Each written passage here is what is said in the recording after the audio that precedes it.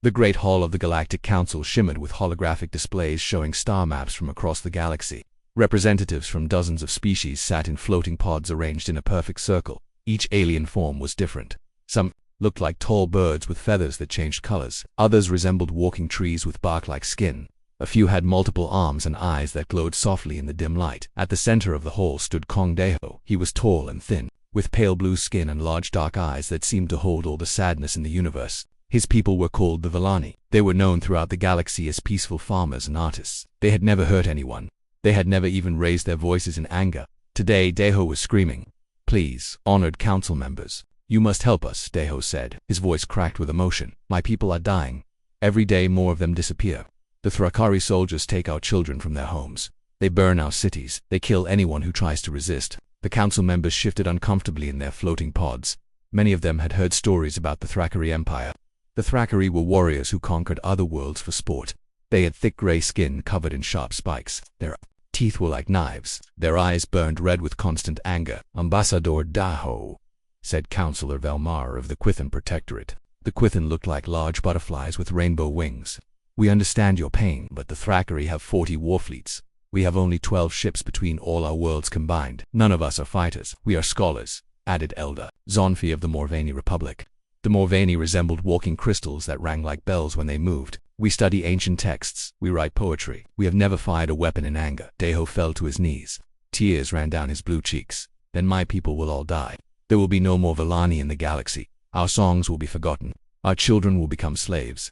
The hall fell silent. Outside the great windows, ships from many worlds floated peacefully in space. These were cargo vessels carrying art and books and music between the stars. They were beautiful but fragile. None of them carried weapons stronger than mining lasers. In the back of the hall sat Yun Sra. She was very old, even for her people.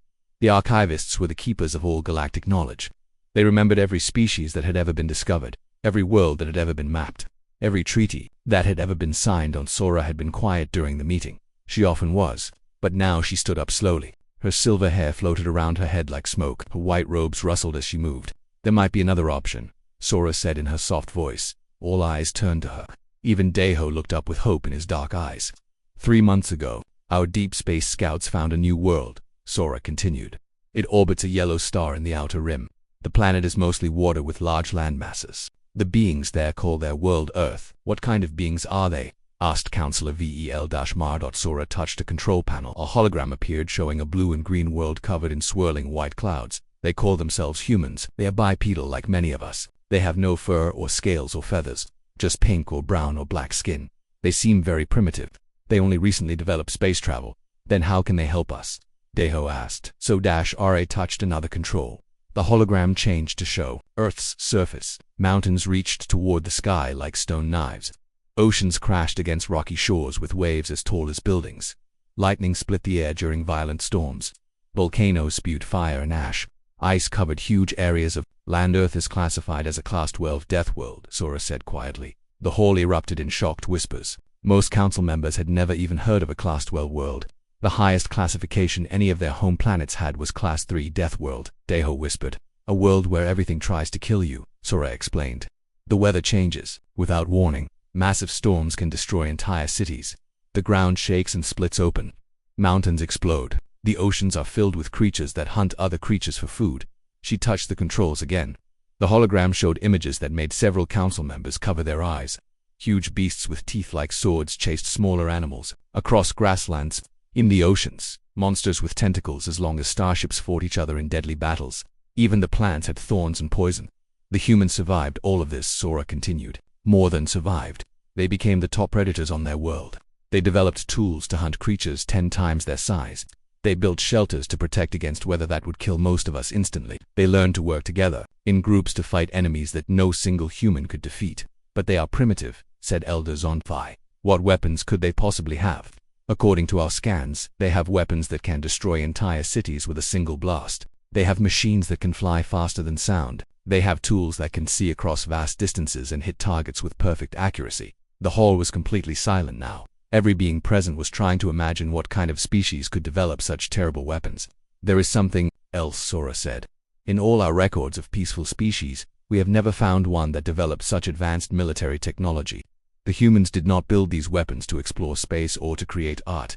They built them to fight each other. Deho stood up slowly. Are you saying these humans are warriors? I am saying they are something we have never encountered before.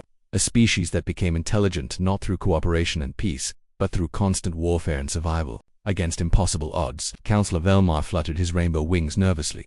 Such beings sound extremely dangerous. What if they decide to conquer us instead of helping us?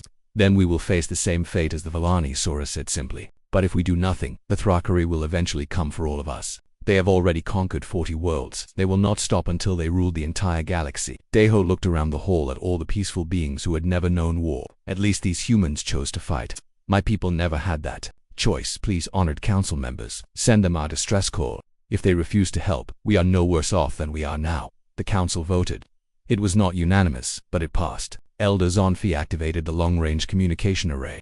A signal beam shot across space toward the small blue world in the outer rim. None of them knew. They had just contacted the most dangerous species in the galaxy. The message traveled through space at the speed of light. It would take 3 weeks to reach Earth. In that time, 10 more Vellani cities would fall to the Thrakari war machine, but for the first time in months, Ambassador Kong Deho felt something he had almost forgotten. 3 weeks after the signal left the Galactic Council, it reached Earth's Deep Space Monitoring Station Omega. The station floated in the darkness between Earth and Mars like a metal spiderweb covered in dishes and sensors. Inside the station, dozens of people watched screens showing the empty space around Earth. Park Haijin sat at her workstation, drinking cold coffee from a metal cup. She had been monitoring space signals for 5 years. Most days nothing happened. Sometimes she picked up radio waves from distant stars. Once she had detected what might have been an alien probe, but it turned out to be space garbage from an old satellite. Today was different. At exactly 14:27 Earth Standard Time, every alarm in the monitoring station started screaming. Red lights flashed on the walls. Computer screens showed wave patterns unlike anything Haijin had ever seen. "What is that?" shouted her supervisor, Lieutenant Kim Do-won, running over to her station. "I don't know," Haijin said, her fingers flying over her keyboard. "The signal, it's coming from outside our solar system. It's not natural. Someone built this transmission." Do-won leaned over her shoulder to look at the screen. The signal was incredibly complex. It contained mathematical formulas, star charts, and what looked like language patterns. "Get this to the translation computers immediately." Within an hour, Earth's most powerful artificial intelligence systems were working on the alien message. The AI computers had been taught every human language that ever existed. They could translate ancient Egyptian hieroglyphs or decode secret military messages in seconds. But this was different. This was not human. Dr. Lee Min-ho arrived at the station 6 hours later. He was Earth's leading expert on the possibility of alien life. For 20 years he had studied what aliens might look like and how they might communicate. He had written books about first contact with other species. Now it was actually happening. "The computers have made progress," Haijin told him as he sat down at her station. "They identified mathematical constants in the message, things like the speed of light and atomic weights. The aliens used these as a starting point for translation." "Brilliant," Min-ho said. "What have we learned?" Haijin pulled up a new screen. The message contains a distress call. A species called the Vellani is being attacked by something called the Thrakari Empire. They are asking for military assistance. Min-ho felt his heart racing. Military assistance. They want us to fight in an alien war. "That's not all," Haijin continued. "The message also contains information about something called the Galactic Council. Apparently there are dozens of intelligent species out there. They have been watching us." Min-ho stared at the screen in amazement. Humanity was not alone in the universe. Not only were there other intelligent species, but there were so many that they had formed a government together.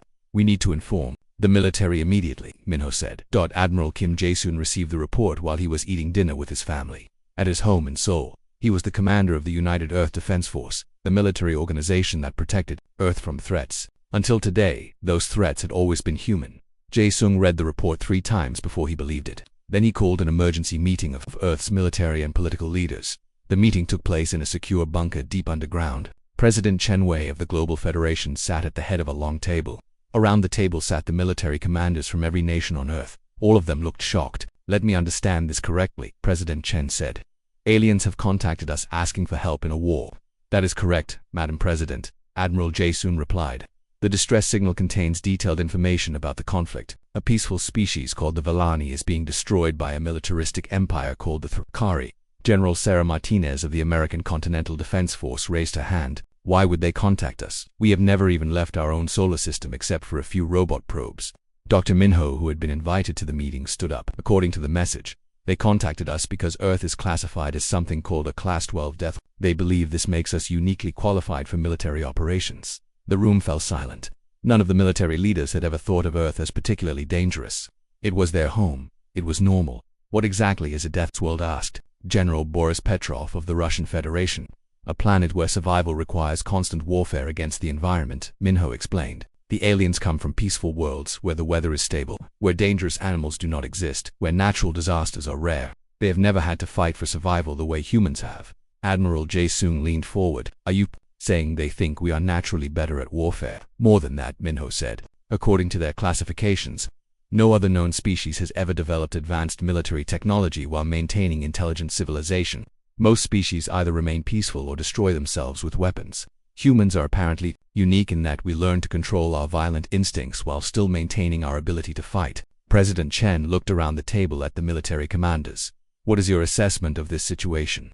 Admiral Jae-sung spoke first. From a military perspective, this represents both an opportunity and a risk. If we help these we establish positive relations with this galactic council. If we refuse, we may be seen as unreliable or weak. What about the risk? President Chen asked. We know nothing about the true military capabilities of either side in this conflict. We could be walking into a war we cannot win. Worse, we could reveal our own military capabilities to potential enemies. General Martinez nodded. I agree with the Admiral. But there is another consideration. If this Thrakari Empire is as aggressive as the message suggests, they may eventually threaten Earth whether we help the Volani or not. The debate continued for hours. Some leaders wanted to ignore the message completely. Others wanted to send peaceful negotiators. A few suggested military action. Finally, Admiral Jae-sung made a proposal. I suggest we send a single reconnaissance ship to observe the situation. We can gather intelligence about both sides in the conflict and make contact with this galactic council. Based on what we learn, we can decide whether to provide assistance. President Chen considered this. Who would command such a mission? Captain Choi Woo-jin, Jae-sung replied immediately. He commands our most advanced stealth vessel, the UEDF Indomitable. His crew is experienced in reconnaissance operations. Captain Choi was called to the meeting. He was a quiet man in his 40s with steady hands and sharp eyes. He had served in the Earth Defense Force for 20 years, mostly on missions that officially never happened. Captain Choi, President Chen said, are you willing to take your ship beyond our solar system to make first contact with an alien civilization? Choi considered the question carefully. Madam President, my crew and I swore an oath to protect Earth from all threats. If there is a possibility that this conflict could eventually threaten our world, then we need to understand what we are. Basing that is not exactly an answer to my question. Choi smiled slightly. Yes, Madam President, we are willing to go. 3 days later, the UEDF Indomitable prepared for launch from Lunar Station, Earth's military base on the moon.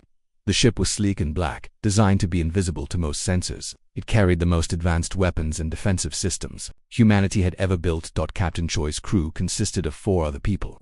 Lieutenant Commander Bae Soo-jin was his tactical officer, an expert in military strategy. Engineer Sergeant Nam Kite was responsible for the ship's weapons and engines. Medic Corporal Oh Dae-yoon would handle any injuries and serve as the mission's XENOBIOLOGIST. As the Indomitable prepared to leave the solar system, Choi stood on the bridge looking at Earth through the main view screen. The blue and white world looked peaceful from space. It was hard to believe that the rest of the galaxy saw it as a deadly place that produced dangerous creatures. Course laid in for the Kethro system, reported Soo-jin from her station. Take us to our new destiny, Choi said quietly. The Indomitable engaged its faster-than-light drive and disappeared into the darkness between the stars. Behind them, Earth continued its slow rotation, unaware that its children were about to announce humanity's presence to the galaxy. The age of human isolation was over. The UEDF Indomitable dropped out of faster-than-light travel at the edge of the Kethra system. Captain Choi Woo-jin stood on the bridge watching the main screen as sensors gathered information about what lay ahead. What are we looking at, Choi asked his tactical officer. Lieutenant Commander Bae Soo-jin studied her displays with growing alarm. Captain, I count 47 Thrakari warships in orbit around Kethra Prime. They are bombarding the planet's surface with energy weapons. I am also detecting a smaller fleet of unknown vessels at the system's outer edge. The Galactic Council fleet, Choi guessed. Most likely 36 ships total, but they are maintaining position well away from the planet. They appear to be observing rather than engaging. Choi nodded grimly. Take us closer to the Council fleet. Use stealth protocols. I want to see what we are dealing with before we announce our presence. The Indomitable moved silently through space, its black hull absorbing sensor beams like a shadow. As they approached the alien fleet, the crew got their first look at non-spacecraft. Incredible, whispered engineer Nam Ki-tae from his station. Look at those designs. They are more like works of art than warships. The alien ships were beautiful. Some looked like giant flowers made of crystal that sparkled in the light of the system's star. Others resembled flying cathedrals with tall spires and graceful curves. A few had wings that seemed to flutter even in the vacuum of space. "They are beautiful," agreed Medic Oh Do-yoon, "but I do not see any weapons on those ships," Sujin confirmed. This with her scans. The alien vessels have minimal defensive systems, energy shields, but no offensive weapons that I can detect. They are completely helpless against a military attack. Choi studied the tactical display, and the Thrakari ships. Completely different story, Captain. Heavy armor, multiple weapon systems, and they are arranged in attack formations around the planet. They are built for war. On the main screen they could see the planet, Kethra Prime. Once it had been a green world covered in forests and cities. Now much of its surface was blackened by orbital bombardment. Huge fires burned across entire continents. The night side of the planet glowed with the light of burning cities. Captain Da-yoon said quietly, "I am detecting life signs on the planet's surface. Millions of them. The Thrakari are not just conquering this world, they are destroying it." Choi felt anger building in his chest. Throughout human history, his people had fought many wars. But even in the worst conflicts, there had been rules. Civilians were protected when possible, surrender was accepted. This was different. This was genocide. "Open a communication channel to the alien fleet," Choi ordered. Captain Sujin warned. "That will reveal our position." "Do it." The main screen flickered and suddenly showed the interior of one of the alien ships. A tall, thin being with blue skin and large dark eyes appeared on the screen. Behind him, other aliens worked at control stations. Choi recognized the blue-skinned being from the intelligence reports. "I am Captain Choi Woojin of the United Earth Defense Force," Choi said. "I believe you are Ambassador Kong Daeho of the Villani people." Daeho's eyes widened in shock. You actually came. But where is your fleet? Are more ships coming?" "We are here to assess the situation," Choi replied. "This is Admiral Yoon Tae-hyun of the Quithon Protectorate." The screen split to show another alien, this one looking like a large butterfly with rainbow wings. "Captain Choi, we are grateful for your response, but I must ask why you have sent only one ship. The Thrakari have overwhelming numbers." Choi looked at his crew. They all nodded slightly. They had discussed this moment during the journey. "Admiral, sometimes one ship is enough. May I ask why your fleet is not engaging the enemy?" Taehoon's wings fluttered nervously. "Our ships are not designed for combat. We are explorers, scholars, and traders. We have never fought a war before. The Thrakari ships are too powerful and too numerous." "How many Thrakari ships are there?" Sujin asked. 47 combat vessels, Tae-hyun replied. "Each one is larger and more heavily armed than our entire fleet combined." Choi studied the tactical display again. The Thrakari ships were indeed massive. They looked like flying fortresses covered in weapon turrets. But as he watched their movements, he began to notice something interesting. Sujin analyzed their formation patterns. He ordered. Sujin worked at her station for several minutes. "Captain, the Thrakari ships are following very predictable patterns. They move in straight lines, maintain rigid formations, and respond to threats in exactly the same way every time. Like a computer program," Kite observed. "Exactly, they have powerful weapons and strong defenses, but they show no tactical flexibility. They are fighting the same way they probably fought their last 40 victories." Choi smiled grimly. "And their opponents never learned to adapt." On the screen, Ambassador Daeho leaned forward. "Captain, what are you thinking?" "I am thinking that size and power are not everything in warfare." Sujin, continue your analysis. "I want to know everything about how these Thrakari ships operate." Over the next hour, Sujin studied the enemy fleet while Kite analyzed their technology and Da-yoon monitored the situation on the planet's surface. What they found was both encouraging and disturbing. Captain Sujin reported the ships are powerful but poorly coordinated. They rely on overwhelming firepower and intimidation rather than actual tactics. Their formations have several weak points that could be exploited. Their technology is impressive but over-engineered, Kite added. Their shields are designed to stop energy weapons, but they show vulnerabilities to kinetic projectiles. Their hulls are thick but poorly compartmentalized. Da-yoon's report was darker. "Captain, the situation on the planet is getting worse. The Thrakari are not just bombing population centers. They are systematically destroying infrastructure, farms, and industrial facilities. They are trying to make the planet uninhabitable." Choi felt his jaw tighten. "Are they targeting civilians?" "Yes, Captain. I am detecting organized ground forces rounding up survivors for transport to slave ships." The bridge fell silent. Everyone understood what this meant. This was not just conquest. This was the complete elimination of an entire species. Captain Tae-hyun said from the main screen, "I can see that you are analyzing the situation, but surely you understand that one ship cannot defeat an entire fleet." Choi looked at his crew again. They had all volunteered for this mission knowing it might be a one-way trip. Now they were seeing the reality of what they faced. 40 enemy warships against one human vessel. Admiral Choi said slowly, "Has anyone ever fought the Thrakari using unconventional tactics?" "Unconventional tactics?" Tae-hyun asked. "Surprise attacks, hit-and-run raids, psychological warfare, deception operations." Taehyun looked confused. I do not understand. Those are not honorable ways to fight.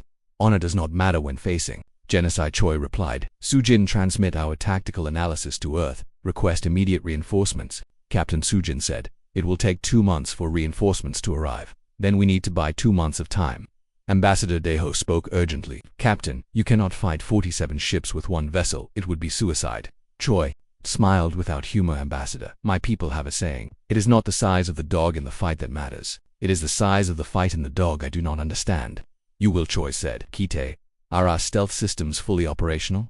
Yes, Captain. The Thrakari sensors cannot detect us unless we want them to. Dayun, can you prepare infiltration equipment for planetary operations? Already working on it, Captain. Sujin, I want you to design a series of hit-and-run attacks that will disrupt their operations without exposing us to their main fleet. Understood, Captain. Choi turned back to the main screen where the alien commanders watched him with a mixture of hope and fear. Gentlemen, he said, you asked for humanity's help. You are about to learn why the galaxy classified Earth as a Deathworld. We are going to show these Thrakari what happens when predators decide to hunt. The first lesson was about to begin. 2 months later, the stars above Kethra Prime suddenly filled with new ships. The human expeditionary fleet dropped out of faster-than-light travel in perfect formation. 12 vessels appeared where empty space had been moments before. Admiral Kim Jae-sung stood on the bridge of the flagship UEDF Retribution, watching the tactical display. His fleet was small compared to the Thrakari armada, but every ship had been designed for war. Unlike the beautiful alien vessels, human ships looked deadly. They were angular and dark, covered in weapon turrets and sensor arrays. Admiral reported. Communications Officer Park Ji-won, Captain Choi is requesting permission to come aboard. Granted. Have him report to the war room immediately. 10 minutes later, Captain Choi materialized on the bridge in a shimmer of light. The human fleet's new teleporter technology allowed instant travel between ships. Choi looked tired but determined. For 2 months, he and his crew had been conducting guerrilla operations against the Thrakari forces. Report, Captain Admiral Jae-sung ordered. Sir, we have successfully disrupted Thrakari operations on 17 separate occasions. We destroyed 3 supply convoys, disabled 2 communication satellites, and eliminated their advanced warning systems. However, the main fleet remains intact and the bombardment of the planet continues. Jae-sung studied the tactical display. The Thrakari fleet still held orbit around Kethra Prime, but their formation had changed. Instead of the confident spread they had maintained before, the ships now clustered together defensively. They are scared, observed Commander Shinbara, the fleet's stealth operations specialist. Captain Choi's raids have made them paranoid. Good, Jae-sung said. Fear makes enemies predictable. What is the status of the Galactic Council fleet? Still maintaining position at the system's edge, Choi replied. They have been watching our operations with great interest. I believe they are starting to understand that warfare involves more than simply having the biggest ships. Admiral Jae-sung activated the main communication system. The view screen split into multiple sections showing the bridges of all 12 human ships. Each captain appeared ready for battle.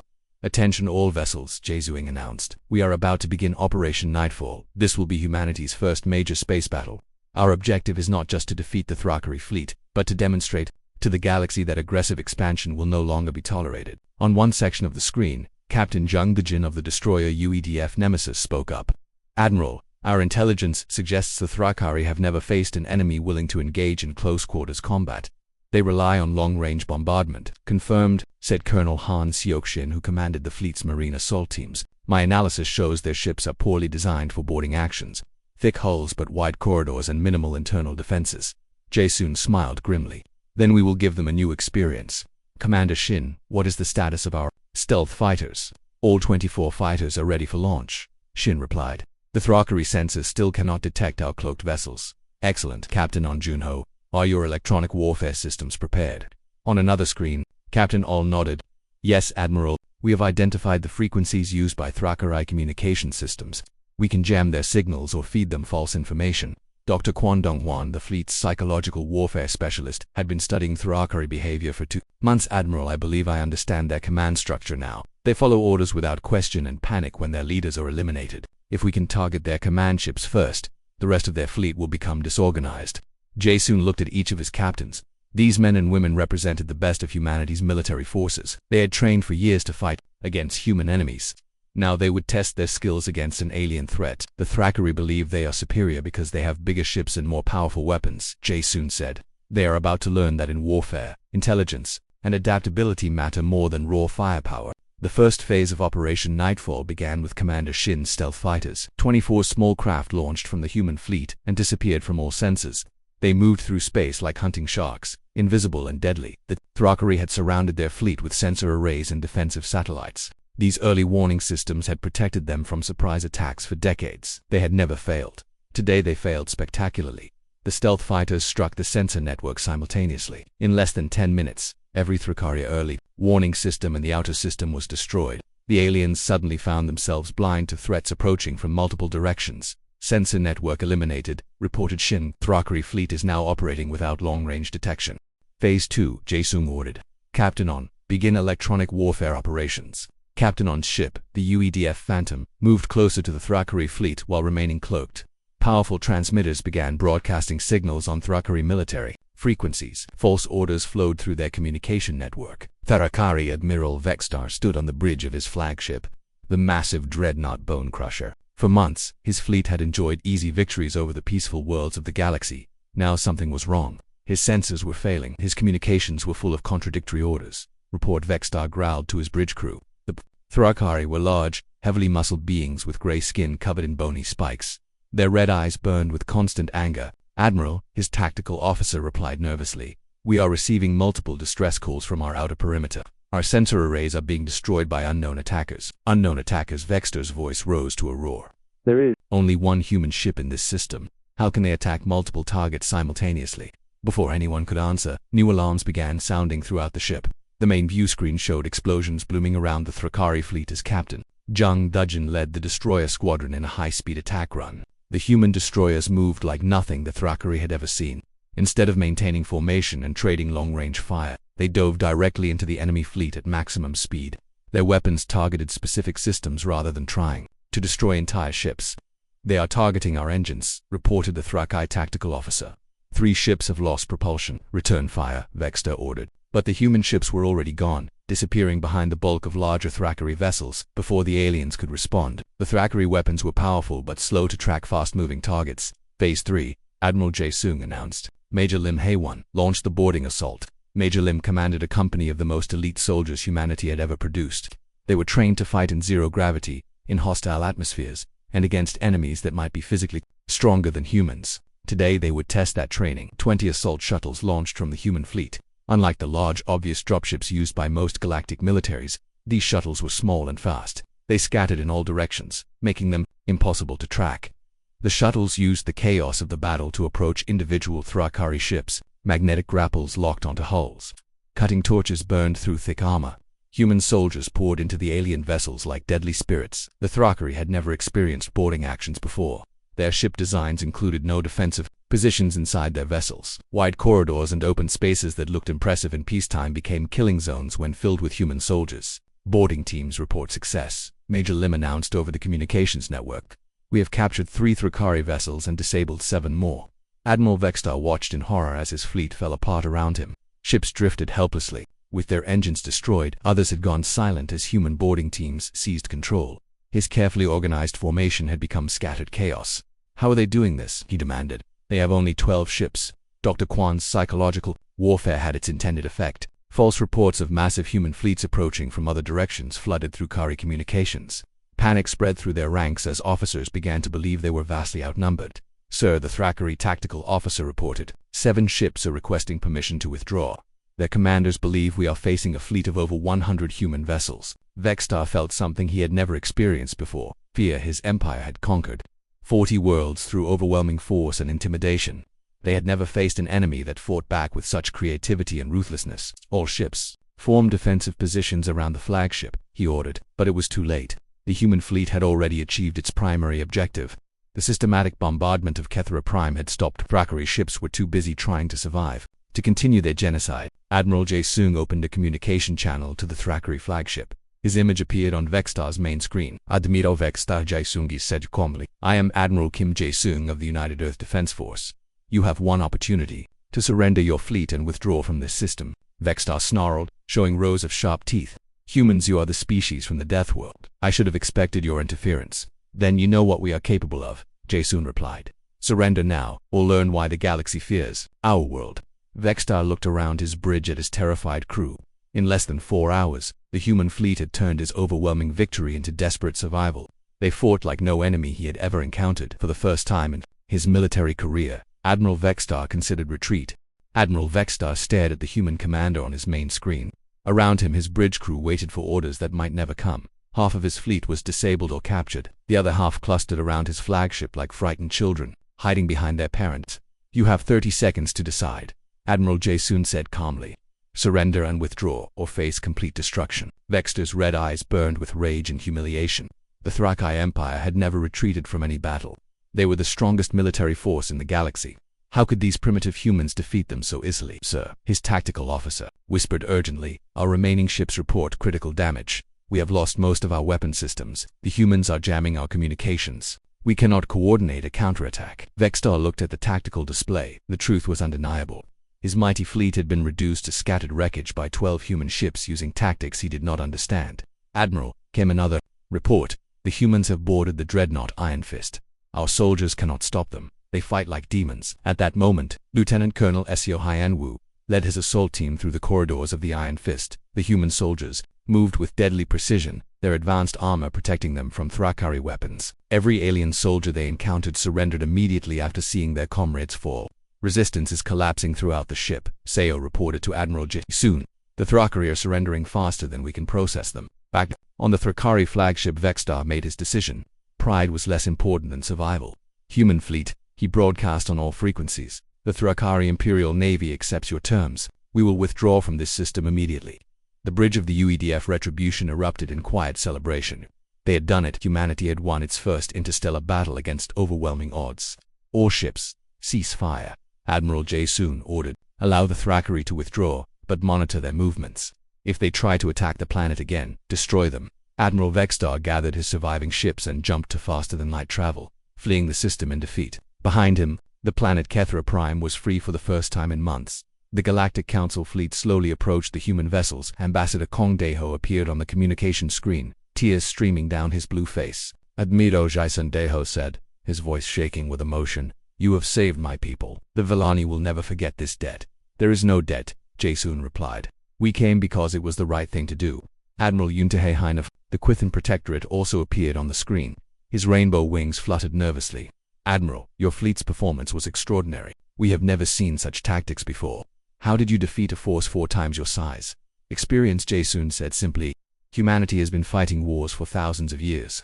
We learn to survive by adapting to any situation." "But the Thrakar had superior technology and numbers," Taehyun insisted. "Technology and numbers do not win wars," Jason explained. "Intelligence, creativity, and the will to fight win wars." The Thrakari relied on intimidation and overwhelming force. When those failed, they had no backup plan. Over the following days, human ships helped repair the damage to Kethra Prime. Engineer teams led by Commander Nam Kite worked alongside Villani civilians to restore power plants and communication networks. Medical teams under Dr. Odo treated wounded survivors and helped establish refugee camps. The Galactic Council called an emergency session to discuss humanity's intervention. Representatives from dozens of species gathered to debate what the human victory meant for the galaxy. Ambassador M. Sang-min arrived at the council chambers as Earth's first official representative to the galactic community. He was a calm, intelligent man who had spent his career in diplomatic service. Now he faced the most important negotiation in human history. Honored council members, Im addressed the assembly. "Humanity comes before you, not as conquerors, but as protectors. We have seen what happens when aggressive species like the Thrakari are allowed to expand unchecked. We offer our military expertise to defend peaceful worlds from such threats." The debate was intense. Some species welcomed human protection. Others feared that humanity might become the next galactic threat. A few suggested that humans were too dangerous to trust. Counselor Rumek Young, Earth's legal expert, helped draft the Terran Accords. These agreements established humanity's role as the galaxy's primary military force.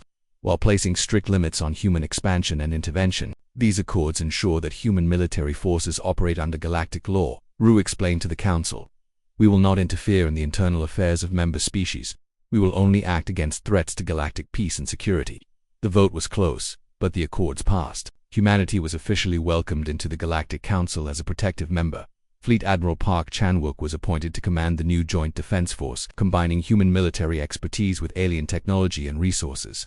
Human officers would train galactic forces in modern warfare while alien scientists would share their advanced technologies with Earth. Back on Earth, General Hong Jaemin established the Galactic Service Academy to train the next generation of human space forces. Volunteers came from every nation on the planet, eager to serve among the stars. The news of humanity's victory spread throughout the galaxy faster than any ship could travel. On peaceful worlds, people celebrated the end of Thrakari expansion. On aggressive worlds, military leaders studied the human tactics and wondered if they could defend against such innovative warfare. The Thrakari Empire retreated to its core worlds, but the threat was not eliminated. In secret meetings, Thrakari generals planned their revenge against the humans who had humiliated them. They began developing new weapons and tactics, specifically designed to counter human innovations. Other aggressive species also took notice. The Korthok Syndicate, the Vex Hegemony, and the Shadow Consortium all began preparing for the day when they might face human forces in battle. But for now, the galaxy was more peaceful than it had been in decades. Human patrol fleets spread throughout known space, carrying Earth's flag to distant stars. The sight of those angular, deadly ships became a symbol of protection for peaceful species and a warning to potential aggressors. Ambassador Deho stood on the observation deck of the rebuilt Villani capital city, watching human ships in orbit above his world. His aide, a young Villani named Kira, stood beside him. Ambassador Kira asked, "Do you think we made the right choice calling for human help?" Deho considered the question carefully. The humans had saved his people, but they had also introduced a new element to galactic politics. These beings from the Death World were unlike anything the galaxy had ever seen. "I think," Deho said slowly, "that we had no choice. The Thrakari would have destroyed us completely. The humans gave us life." "But what kind of life?" Kira persisted. "The other species fear them. Some say the humans are more dangerous than the Thrakari ever were." "Perhaps," Deho admitted. "But there is a crucial difference. The Thrakari destroyed for pleasure and profit. The humans fight only to protect the innocent. As long as that remains true, we are safer with them than without them." High above them, Captain Choi Woo-jin stood on the bridge of the Indomitable, now part of the permanent defense fleet for the Kethra system. His crew had become heroes throughout the galaxy, but they remained focused on their mission. "Captain," Lieutenant Commander Soo-jin reported, "long-range sensors detect a Thrakari probe ship at the edge of the system. It appears to be conducting surveillance." "Let them watch," Choi said calmly. "Let them see that humanity keeps its promises. This world is under our protection now." The probe ship lingered for an hour, then jumped away to report its findings to the Thrakari High Command. The message would be simple. The humans were still here, still watching, still ready to fight. Back on Earth, children looked up at the stars with new wonder. Humanity was no longer alone in the universe. They were part of something larger, something that stretched across the galaxy, and they had found their purpose among the stars. They were the guardians now, the protectors of peace, the galaxy's new apex predators, hunting not for conquest, but for justice. But in the vast darkness between the stars, Earth's children sailed toward their destiny, carrying the hopes and fears of 1,000 worlds. Behind them, their blue home spun quietly in space, no longer just a death world but the birthplace of the galaxy's most feared and respected warriors. The age of human expansion had begun, and the galaxy would never be the same.